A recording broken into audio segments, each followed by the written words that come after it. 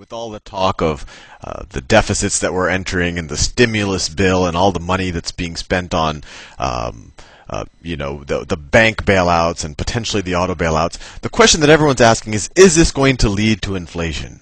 And that is what I hope to address in this video. And I guess a good starting point is, well, what is inflation?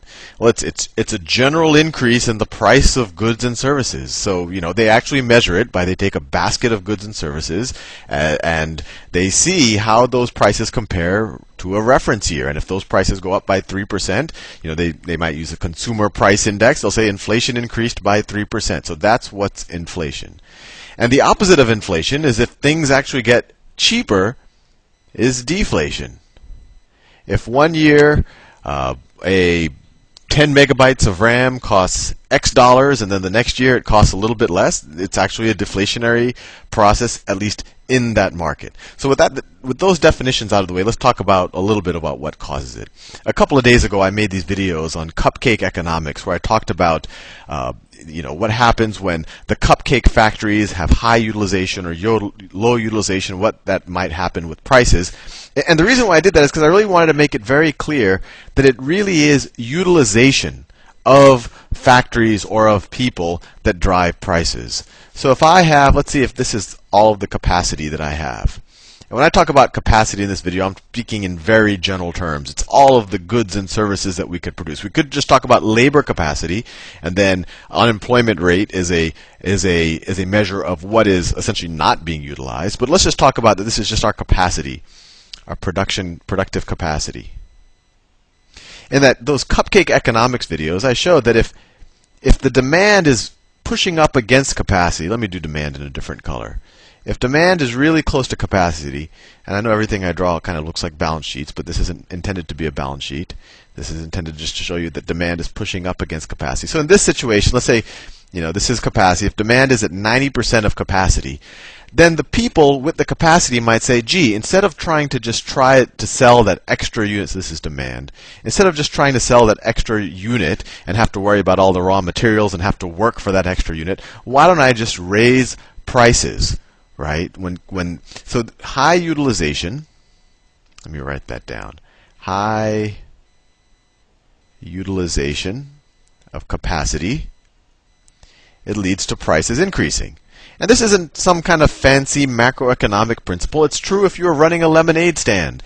If all of a sudden you're starting to sell 95% of your lemonade, you'll probably say, hey, maybe it's worth it if I raise the price. On the other hand, low utilization, let me pick another color. Low utilization will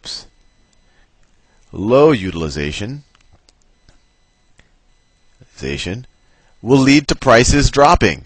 And you go back to your lemonade stand and you say, wow, if I'm only selling 20% of the lemonade that I make, maybe my problem is that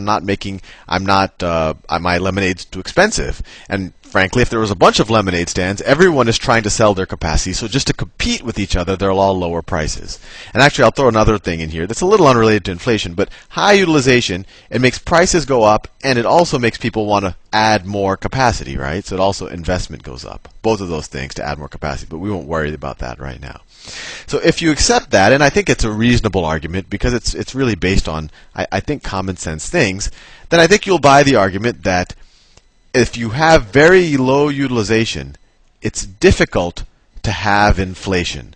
And likewise, if you have very high utilization, it's hard to avoid inflation. And to kind of hit the point home, I took our company's Bloomberg terminal and copied and pasted these charts here. And the orange, I know you can't see it that well on YouTube, so I'll try to make it clear with my drawing. But this orange, and I'll do it the same color, this orange shows capacity utilization. And the starting date right here was, I think it was 1967.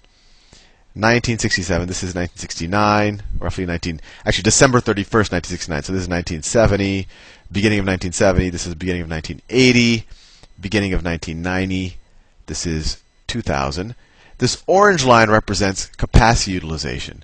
So up here, this is 90% utilization. And then down here, this is 70% utilization. So if we look here in the late, what is this? This is the late 60s right here. We had very high utilization. arguably because of the Vietnam War. We had factories running at capacity to build bombs and Agent Orange and God knows what else. And then utilization went down. We could talk a lot about the history. But in general, the interesting thing, well, actually, before I go into kind of what happened, let's think about what this white line is. So the orange line is utilization. Up here we had like 90% utilization. Very recently, this was like 2007, we had 80% utilization. And then very recently, utilization has dropped off, which essentially means we're not running our factories at full tilt.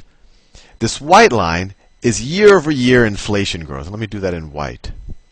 This is year-over-year inflation growth. And actually, let me draw a zero line so we can separate inflation from deflation. So let me see. Zero inflation is right over here. That's zero inflation. And you see in this time series that I've done it, we've never had zero inflation, although we have had periods of very high inflation. But the interesting thing, and just following into the cupcake economics and this whole notion of capacity utilization, is that inflationary periods are always preceded, at least all the data I have, by increases in capacity utilization, right? So this is kind of, you can view this, let me see if I can mark this up. You could view this as the beginning of a pretty significant uptick in prices, right? And notice, it was preceded by an uptick in capacity utilization. So if you saw right here, wow, capacity utilization is starting to go up. And actually, another interesting thing is to see what threshold of utilization starts to trigger inflation. So over here, you say, okay, when inflation really started turning around, we were at a capacity utilization of roughly, 83, 84% right there.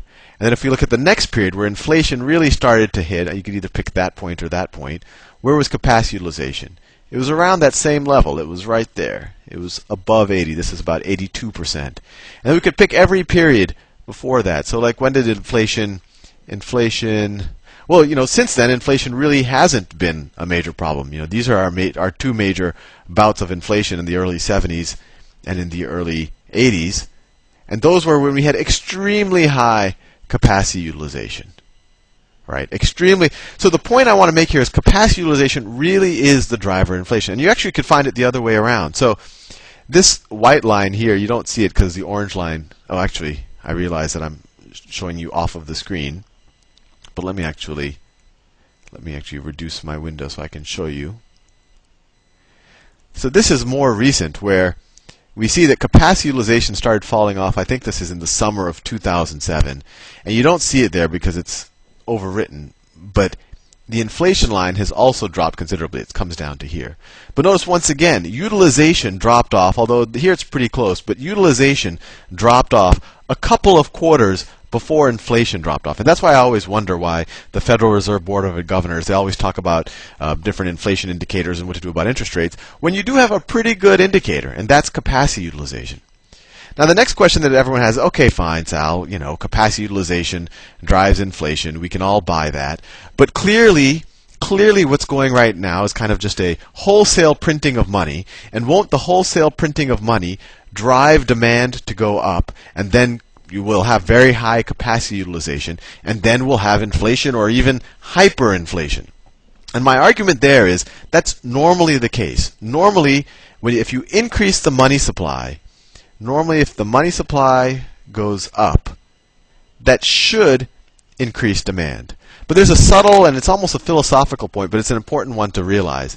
Money just allows you to express demand, right? Let's say I really, really want to buy a Rolls Royce. I just don't have the money. If someone gave me $200,000 into my pocket, then I could express that demand to buy the Rolls Royce. On the other hand, let's say I have everything I need. I'm happy with my Honda and, my two-bedroom apartment, and someone gave me $200,000. So they've increased at least my money supply. Will that increase the demand for the Rolls Royce? No. I have money to express demand, but I won't do it just because I don't think it's necessary.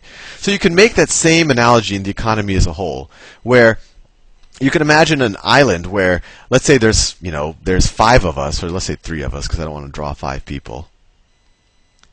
And between us, we use seashells as a currency, right? And we're very confident, and maybe I'm the builder, and this guy's the fisherman, and she's the, I don't know, she's the farmer, and then I use, let's say in 1 year I use a seashell to get some fish, and then he uses that seashell to buy some crops, then she uses that seashell to buy a house, then I use that seashell again to buy more fish. So you can see that one seashell, even though my money supply on that island is one seashell, it can transact many times on that in that year. So the velocity in this example is very high, right?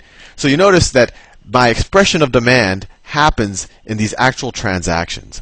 And I'll go to kind of the classical money supply equation soon. But you can imagine another reality where, for some reason, I stop trusting this guy. I become very cautious, and I say, well, you know what?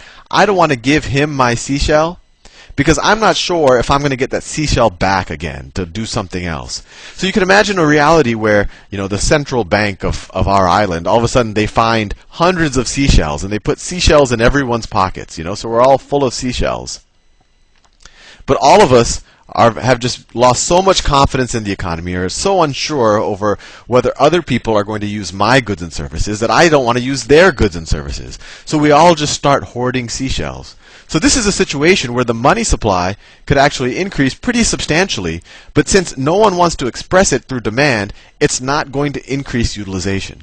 And so in the situation that we're in right now, if you're wondering about whether you're going to see inflation or deflation, my argument is, look at capacity utilization. People can point to the money supply. They could say that, money supply, and this is the classic kind of money supply equation, that the money supply times the velocity of money, that's how often the actual dollar switch hands, is equal to the price of the average price of goods times the total quantity of goods and services we have.